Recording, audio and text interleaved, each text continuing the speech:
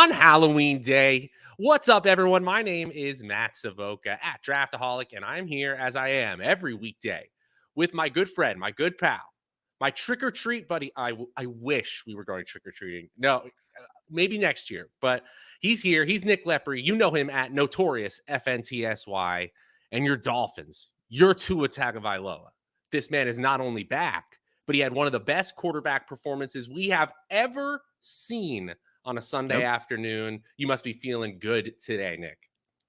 Yeah, I was feeling great. After they were down 14-0 to the Lions, I was tweeting out in anger in all caps, figure this out.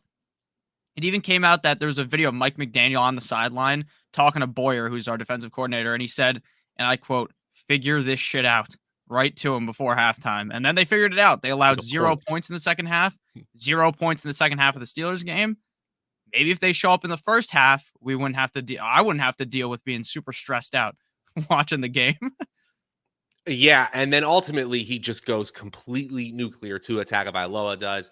Tyreek Hill is on pace for the most receiving yards ever. That seems pretty good. Jalen Waddle catches 2 touchdowns, also looks tremendous. His second year slump just not happening at all, despite having more weaponry on the outside. We're so happy to be streaming at this new Monday time. I realize it's middle of the season. New videos are sometimes hard to find here, but we're very, very glad you guys found your way here as we dig into week 9 before week 8 even finishes, because we got to get into things. We got people who already have waiver wires to set. They got busy Tuesdays, busy lives, and despite that change, we see some familiar faces. We see Miso. What's going on? Dude, I scored 135 points in 2 leagues and lost this week, that kind of week. Happy Halloween, Shellbell. Glad you're here. Good to see you. And we've already got the question rolling in. Oh, Josh, what's up, man? Yo, how are you? Okay. Kyle asks, with that Dolphins logo too, so you know he's got a little extra inkling about what Nick thinks. Hey guys, what do you think of the Miami Hunt Chubb trade rumors? How does that affect your running back rankings for the Dolphins going forward as well, Nick?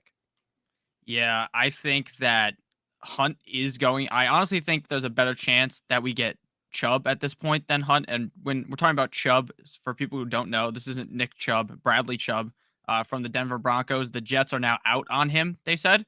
So the Dolphins just have to send them a first round pick. We're going to have to pay him the big bucks, but it's worth it. I mean, if this team really is that good, then we need a guy like Bradley Chubb. But for Hunt, did you see that on Instagram? Tyreek Hill and Kareem Hunt both posted the same picture of them in a Chiefs uniform together on their story. And it was like, "Come back," or I miss you," or whatever. And then Kareem Hunt's like, "I miss you too." So maybe Kareem Hunt is coming to town. And I think that would mean basically not much for Mostert, because I think Mostert's still going to get a lot of volume. But I think that makes Hunt in a better position than he's in Cleveland, in my opinion. So I actually have to say, I think that Hunt would be awesome in that offense. And I think Mostert would basically be a flyer flex at best, like a top 150 player, but wouldn't be top 100. Ultimately, I think that Kareem Hunt would have a great shot in this Miami offense, but this team wants to pass. I think Bradley Chubb has like a 40 to 30% chance of being traded. I love this question from Infinite Possibilities. Also, great username. What is your deepest sleeper outside of the top 100 that you are stashing? Of course, Infinite Possibilities getting deeper with his sleeper rankings here right off the bat in week 9. What do you think? Oh man, that's a tough question. For me, it's probably Michael Gallup. Like, you would think that there would be. Do you think that Michael Gallup's ranked in the top 100 for anyone? I wouldn't think so, right? I'm checking my personal rankings. I don't have everyone exactly memorized here. No, I don't think he's so. outside top 100. Yeah, I think so too. Okay, so yeah, I think things could get better for him. They are on bye this week. Savoca wrote this on the show sheet. How nice of him. There are multiple teams on bye this week.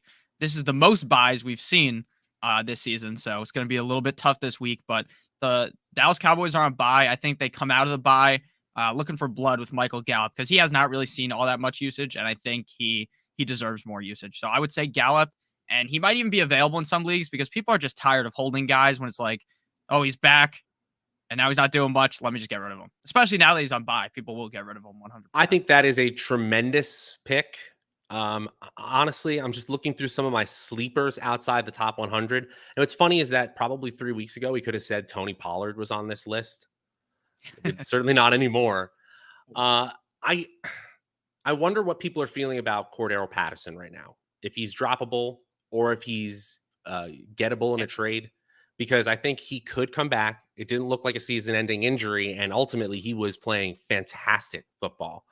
Less sneaky and maybe a little higher floor, but those are two options for you there. Infinite possibilities. Okay.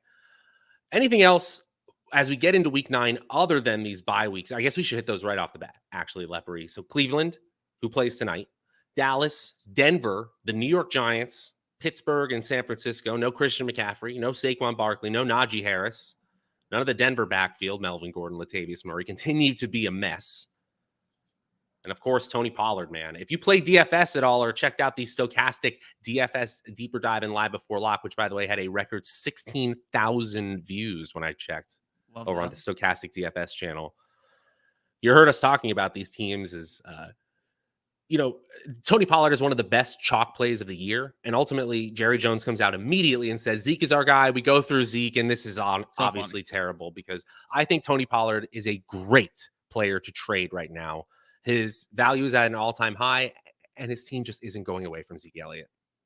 Yeah, I agree. I mean, Zeke might not be fully healthy by week 10 when he comes back. So maybe we get another Pollard game. But besides that, it's like, how much does Pollard have to do for the team to trust him? Like, does No, Pollard it's have to literally go impossible, Nick. It's fucking, literally impossible while Zeke is on the field or he's got to capable of go. being on the field. Yeah, he'd literally have to do some type of heroic thing, like save a child out of a tree or an animal out of a tree or something in order for it to change. It's terrible. Zeke is so bad compared to him, but I completely agree with you. Pollard's definitely a sell high. And yeah, I ate the Pollard and the Donta Foreman chalk. All my Tua stacks were popping at the maximum, and I still did not make it out alive on Sunday. That Trent Sherfield touchdown that the refs didn't call a touchdown, that basically KO'd everything. Like, it was like, oh, I have Trent Sherfield. I'm such a genius. Look at this. Nick is so smart. And then boom, no touchdown. So screw the refs. But yeah, it was still fun to watch. This was the best Sunday by Oh, far all great, year. great football, especially the first half of the 1 o'clock games. It came out of the gates firing with tons of scoring. AJ Brown, we didn't Yeah. even talk about. Jalen Hurts has an amazing game without even rushing all that much. Honestly, some really good contests. There was an old-fashioned sludge fest with the New York Giants and the Seattle Seahawks. That was actually Yeah. kind of a fascinating game as well, despite the lack of scoring. And of course, one of the most surprising outputs. How about the New Orleans Saints against the Las Vegas Raiders? The Raiders Yeah. looked completely lost, and Devontae Adams looked just ineffective, entirely ineffective. That's probably the scariest situation in all of football right now. There's just no output suddenly in Las Vegas. Yeah, the Devontae Adams flu game did not work out like Michael Jordan. That did not work out at No. all. Josh Jacobs, somehow, he doesn't get there. Obviously, like, he doesn't have a huge game, but somehow he kind of escaped that by not scoring like 3 points. Like, it looked like at halftime, I was like, oh my gosh, Josh Jacobs might score 5 points. Like, that's literally what I was thinking. Like, it was possible that that happened. So He I'm had the type of surprised. performance that people were worried about and why his draft stock was falling all summer long, right? If you don't catch passes, you don't score touchdowns, or the team doesn't score that many touchdowns, suddenly you're looking at 5 to 7 expected points and you just hope that he drops into the end zone. He's still getting so much opportunity, right? Yeah, and I saw a tweet that perfectly sums up like what we were talking about with the Eagles and then with the Raiders. So the Eagles bring in Sirianni. Sirianni changes the offense to be around Hurts. McDaniels goes to Las Vegas and he instills his system, the system that doesn't work with the players. And coaches need to realize that they need to change the scheme for the quarterback, for the players. It's hilarious. Like, the Dolphins go from Flores to McDaniels. Now the offense works. I wonder why.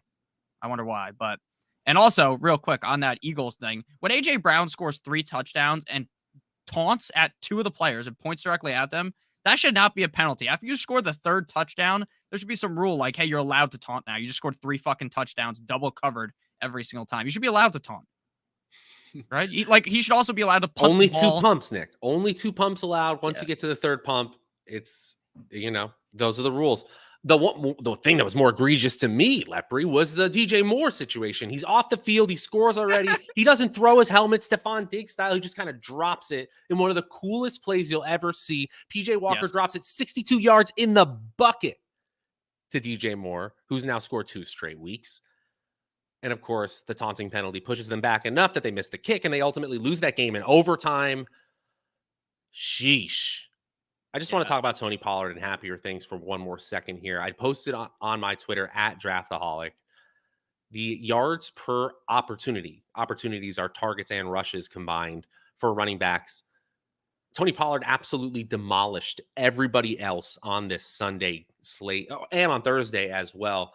If you Yeah. look at the 15 opportunities that Tony Pollard had, which ultimately isn't that much, he had 9.8 yards per opportunity. The next best running back, minimum 15 ops, Derrick Henry at under 7.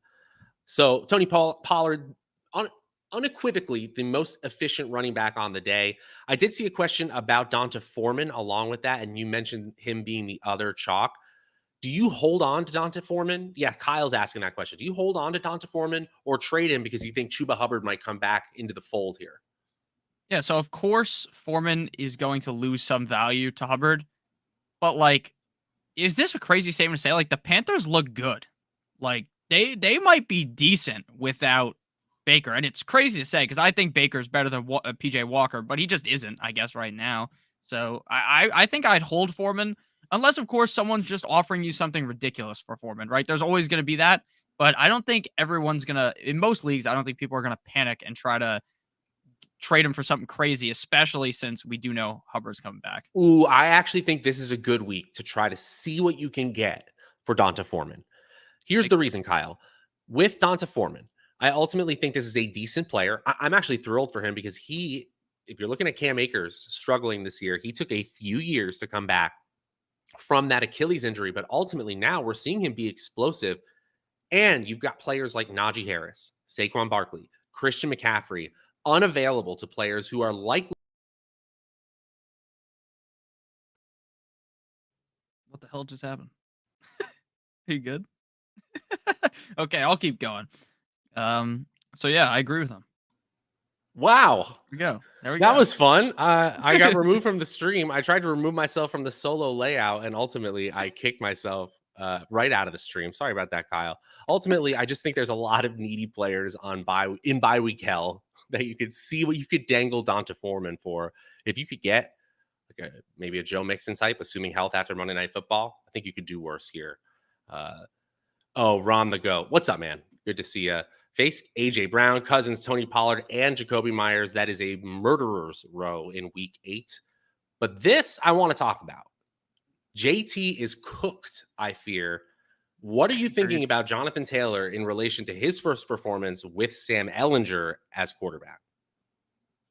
Uh, Can you think anything positive from that? I Not don't think much. so. I mean, this might be the worst first pick ever.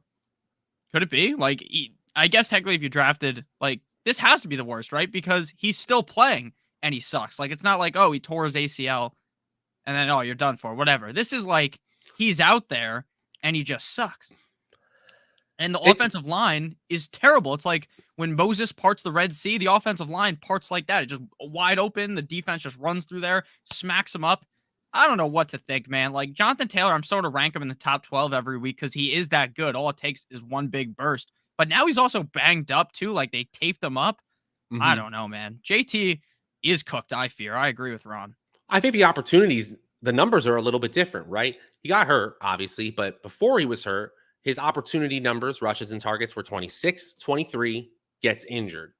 He's come back, 18 opportunities, 17 opportunities, just a little bit different. But then when you notice that the offensive line isn't as good, the team isn't getting to the red zone as much, yeah, those 6 opportunities, that difference really matters suddenly for Jonathan Taylor. I think that's what we're ultimately seeing. And we're ultimately noticing the differences. That team was up points so often. Positive game scripts helped them a lot in 2021. And Yeah, ultimately, he's probably a buy low, and I'm probably drafting him right at ADP if he continues to slide just because of the pure talent of if we're course. talking about next season. We'll get there eventually. How about Travi asks any trade targets I could get for with DJ Moore and Najee Harris? So that kind of combination, that should be able to get you to the upper tier of running backs, I think, or like a DeAndre Hopkins, something like that. Yeah. So Najee Harris, like DJ Moore, Najee Harris. So DJ Moore's like this prime piece right now, right? So it's like when you make a parlay and you do like some huge favorite or you do like some underdog, and then you're like, all right, I'm gonna add in this favorite to get plus three extra dollars you'll make, and that's Najee Harris, right? Najee Harris is absolutely awful. I don't want anything to do with him. So yeah, I agree with you. I think you could get up to like a Waddle, or like Waddle at this point needs to be considered as a top 10 guy, in my Which is opinion. crazy because Tyreek Hill is absolutely going berserk. Imagine if you went and got a stack of Tua, Waddle, and Hill, All of the my best damage ball you'd be teams. doing. Your best ball team's doing Yes. fun stuff, Yeah. I bet. And that's why we talk about going for unorthodox stacking. If you're listening to us in the summers, or especially during best ball summers, we're talking about stacking constantly then, because if you hit on one of these teams that we don't expect to be great, but then turns great, oh man, is it a fun season. Have we Yeah, talked and about ETN? We have not talked about ETN. This dude is balling right now. He has no James Robinson to worry about. And even in a negative game script, or what ultimately turned into a negative game script, you get 124 yards, 125 from ETN. Just a fantastic day on the ground. yeah, I did not get to fully watch that game. I'm gonna have to watch it because I was on live during the game and the chat was going bananas. It's like, oh my god, look how good ETN looks and all this. It's like, So well, you're I'm not hearing watching, about it. but good to hear. Yeah, no, I saw the stats and everything, but I didn't see it with my own eyes, But Mhm. yeah, I based upon what I read and I looked at, ETN looked amazing in that game. Again, I didn't see it, but I will I will watch it. Don't worry, I'll make sure to watch it. But yeah, apparently he was looking really good. And look, this Jaguars offense, even if Lawrence keeps struggling, this guy is the focal point of the offense now. It used to be Christian Kirk. Very evidently, it is ETN. And call me crazy, but he might be like a top 10, top 8 running back rest of the season. I think he may be a top 10 running back. I'm not ready to say top 8. I don't think that's Okay. crazy either. But with bye weeks coming up, he may end up getting there. Uh, just a fantastic player, finally getting a shot. Jermichael Hasty, a decent handcuff option because he would get a majority of the workload should something happen to Travis Etienne. We certainly don't root for that at all.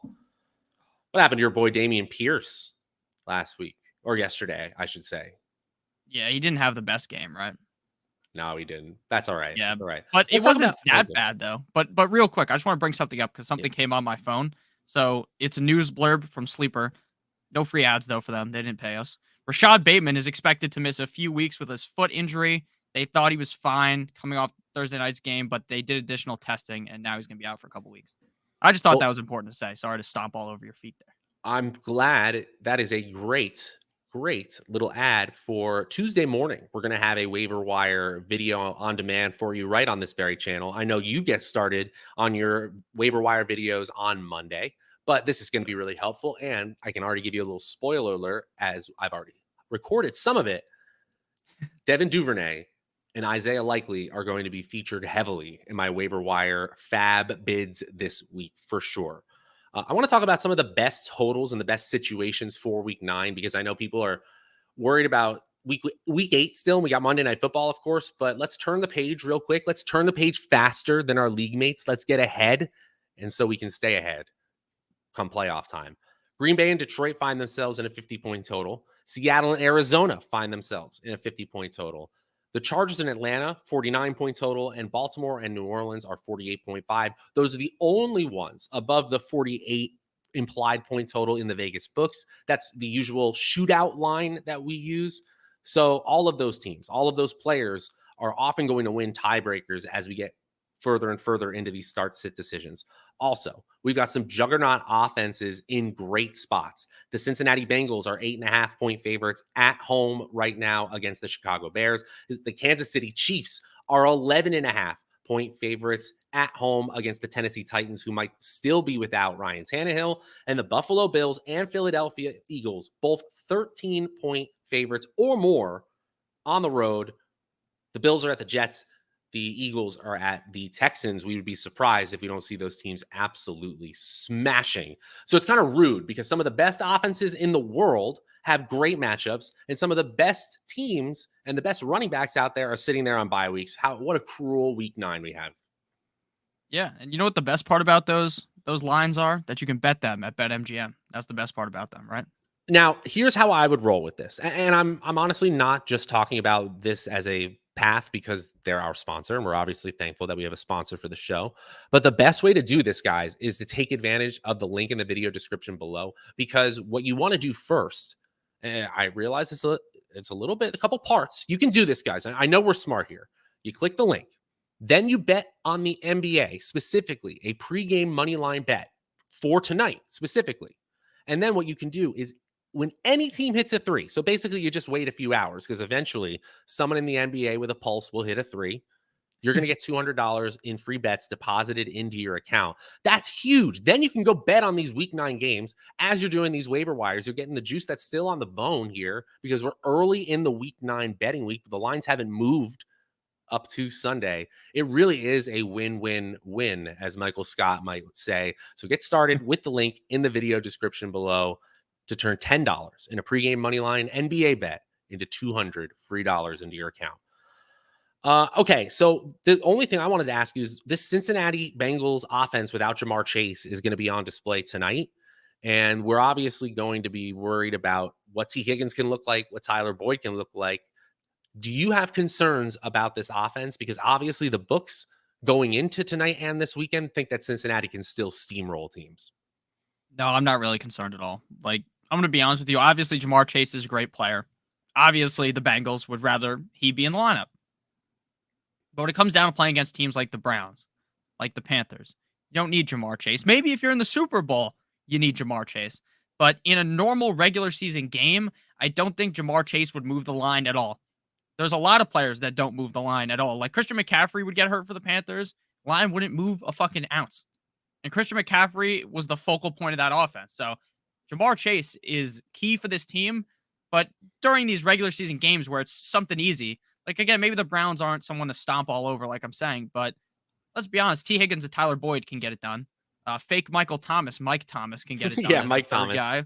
Like, I'm not really too worried at all. So again, the offensive line in Cincinnati has looked significantly better. And I think that's just because they had issues gelling at the beginning of the season. Sometimes you see offensive lines get put together and then boom, they're a fortified wall. Took them a while, but at the end of the day, I guess that meeting Joe Mixon had with the offensive line, he said, hey, you got to block better. They took it to heart. They figured it out.